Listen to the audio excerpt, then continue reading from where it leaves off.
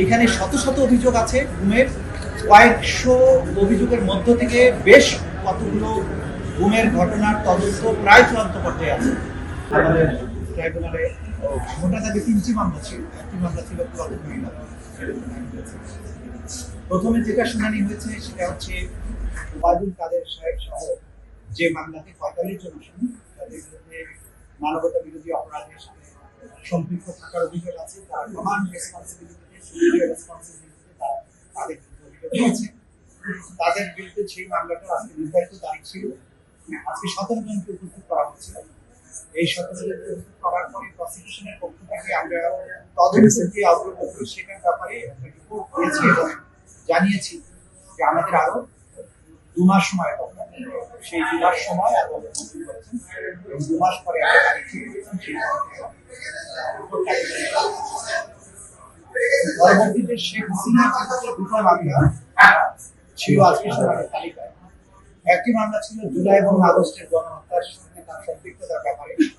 সেই মামলাটি আমরা জানিয়েছি আদালতকে যে আমাদের তদন্ত একদম চূড়ান্ত পর্যায়ে আছে, যে কোনো মুহূর্তে এই তদন্ত রিপোর্টটা দাখিল হবে।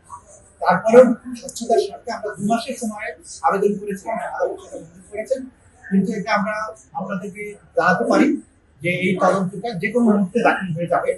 সেটা আগামী সপ্তাহ হতে পারে, যে কোনো সময় হতে পারে। দ্বিতীয় যে মামলাটি ছিল সেটি হচ্ছে গুম এবং বিচার বহির্ভূত যে হত্যাকাণ্ড ক্লাস 5, এই রিলেটেড মামলায় 11 জনের বিরুদ্ধে আমরা মামলাটি প্রথম শুরু করেছিলাম। 11 জনের বিরুদ্ধে গ্রেফতারি পরোয়ানা জারি করা হয়েছিল। তার মধ্যে মাত্র একজন গ্রেফতার আছেন, তিনি হচ্ছেন সাবেক মেজর জেনারেল জিয়াউল হাসান। সেই মামলার ব্যাপারে আমরা যেটা জানিয়েছি যে এই মামলার তদন্ত করতে গিয়ে আমরা ডিটেনশনের যে সেন্টার, গোপন কেন্দ্রগুলো ছিল, এরকম 4টি ডিটেনশন সেন্টার আমরা আমাদের তদন্তকারীরা ভিজিট করেছেন, উদ্ধার করেছেন এবং সেখানে গুমের কাজে, নির্যাতনের কাজে, গুম করে হত্যা করার কাজে যে সমস্ত ম্যাটেরিয়াল ব্যবহৃত হতো সেগুলো উদ্ধার করেছেন। যারা যারা এই গুমের সেন্টারগুলো পরিচালনা করতেন তাদের নাম ঠিকানা বের করেছেন এবং কিভাবে এই লাশ অথবা এই বন্দীদেরকে ডিসপোজাল করা হবে সেটার ব্যাপারে তথ্য প্রমাণ সংগ্রহ অনেকগুলোই হয়েছে, অনেকগুলো চলমান আছে।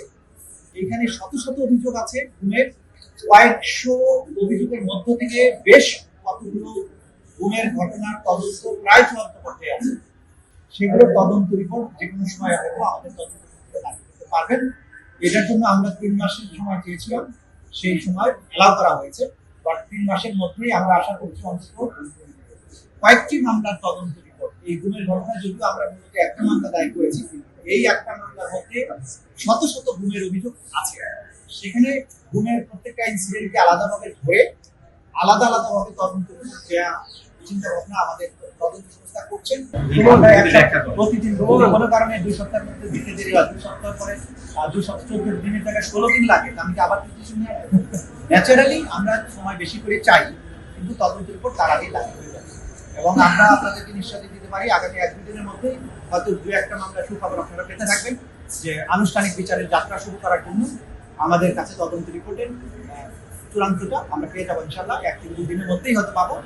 আমরা পাওয়ার পরে আপনাদের আনুষ্ঠানিকভাবে জানাবো। শেখ হাসিনার কাছে একটু সময় আমরা বলেছি, সময় লাগছে। তাহলে কি আমরা বলতে পারি অন্য এক বা একাধিক মামলার তদন্ত রিপোর্ট শেষ পর্যায়ে আছে, সেগুলো আমরা পেয়ে যাবো। কোনো মামলা তদন্ত রিপোর্ট পাওয়ার সম্ভব।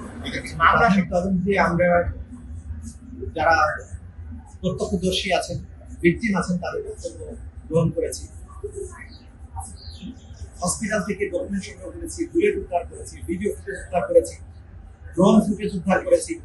এই সবগুলো থেকে আমরা যেটা মোটা থাকে তদন্তের কনক্লুশনের যে দিকে যাচ্ছে সেটা হচ্ছে যে এটা রাষ্ট্রীয় সিদ্ধান্তে সুপিরিয়র রেসপন্সিবিলিটির মাধ্যমে হাসিনা নির্দেশ দিয়েছিলেন, তার মন্ত্রী পরিষদ, তার পুলিশ বাহিনী সেটা ক্যারি আউট করেছে। কিন্তু তারা এই পরিকল্পনা সাজানো মাঠ পর্যায়ে বাস্তবায়নের কাজ করেছে। Pure and simple wide spread and systematic attack on civilian population. সেই কারণে এটা ক্লিয়ারলি মানবতা বিরোধী অপরাধ। সেই মানবতা বিরোধী অপরাধের সুপিরিয়র রেসপন্সিবিলিটিতে শেখ হাসিনা বা অন্যান্য যে সমস্ত আসামিরা আছেন তারা তাদের পজিশন অনুযায়ী সেই মামলায় অভিযুক্ত হচ্ছেন এবং সেই অনুযায়ী তদন্ত দাখিল হবে বলে আমরা